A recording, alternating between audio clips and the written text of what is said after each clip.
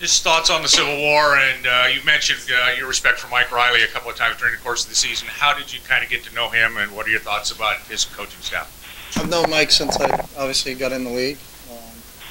One of the most respected coaches in college football. He's had a staff that's, kind of similar to ours, been together for a long time, most of the guys, Banker and Langsdorf and Cavey and those guys. So Chris Brassfield actually was a GA for us here. He was a running back coach up there. So there's a lot of familiarities between the two staffs. Very well coached game, very well coached team. We expect a heck of a game. Deion was named a Butkus finalist today. Thoughts on his season so far and the production you got from him? I thought Deion had a great year in every aspect. Is really the true leader of this team. Kids follow him. Practices every single day. Got a passion for the game of football. To watch where he came from as a young freshman wide receiver to where he is now to being, if you projected a kid that came in as a freshman wide receiver to a Butkus Award finalist, it's pretty cool. But it's because of how much he's invested in this, and he's totally invested, and it shows every day, whether we're practicing on a Friday, a third game of the season, or coming off the practice field today. He's just a special guy, and real fortunate to have him. Wheaton and Cooks, they're two receivers. The threats that they pose, what they do, that makes them so good. Both have outstanding speed, and not only are they great route runners to catch the ball, they're really extremely dynamic after the catch. So they can gain a lot of yards after. So you got to make sure you wrap them up and tackle them. They're similar to Marquise Lee in that aspect of that. It's not a catch and that's what you're getting. It's a catch and it can turn into, they can turn 6 into 60 real quick. So it's difficult when you face a group like that. It was the same situation you had when you had Lee and Woods, because you have two great ones. You can't kind of roll coverage one way. If you do, Cooks will beat you. If you roll it to Cooks, Wheaton's going to beat you. So you got to be really aware of them. And it makes your defense spread out when you got two great ones like that on the outside. Is that the biggest difference between last season and this season for them? They've won 3 games last season. They've had this tremendous season. No, I mean, that'd be kind of silly to just think that two receivers changed them from a 3-9 team to a 9-2 team. I think they've got great contributions on the defensive side of the ball. I think they're running the ball a lot better right now. Their offensive line is probably playing better than they played last year.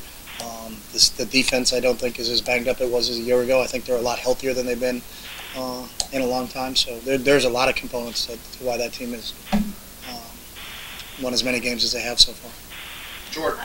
Oregon State has some big tight ends they use. I was just going to ask about the challenge they've had. It's the same thing. We faced some good tight ends so far. We had faced 2 great ones last week.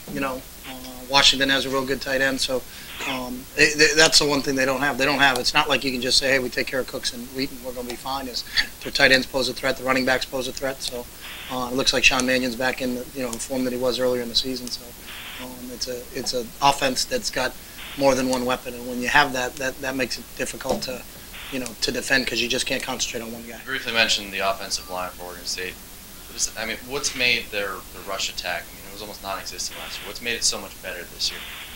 I haven't really watched them on offense last year because it's a different group. So they got a hell of a coach in Cavey, and they got new people. Their center is a young freshman, highly recruited kid. Stepped right in and took over. And I think some of those guys that were banged up a year ago are healthy now. So.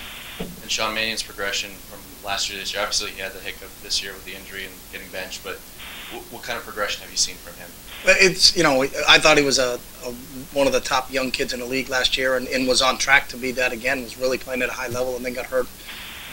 And came back and had that one game, and then Cody came in. But the kid who played last week looked pretty good to us. So. Jason, actually, that was my question, Chip. Next.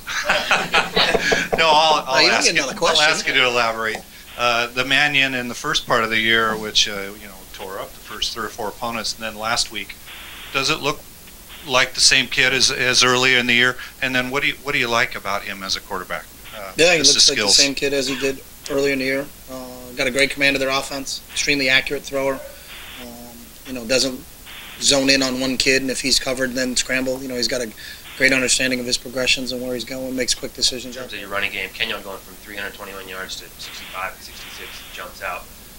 Has it been all just what the defense has been throwing at you? Are you better things you could be doing up front with your offensive line and Kenyon running the ball the last couple of weeks? You're going to get different looks, when people are going to defend it different ways. So I think, you look at what Cal did, but they couldn't they couldn't defend the pass. If you're going to devote that many people, so it just depends on how people are going to do it. I mean, everybody can stop anybody's run game, put 11 guys in the line of scrimmage, but you're going to get a lot of balls thrown over your head too, because you got to defend the entire field. So a lot of it has to do with how the defense deploys. So if they're going to try to take Kenyon away, then it's our job as coaches to make sure that the other guys can make plays. So No concerns about the state of the running game. we'll show up on Saturday. I can tell you that.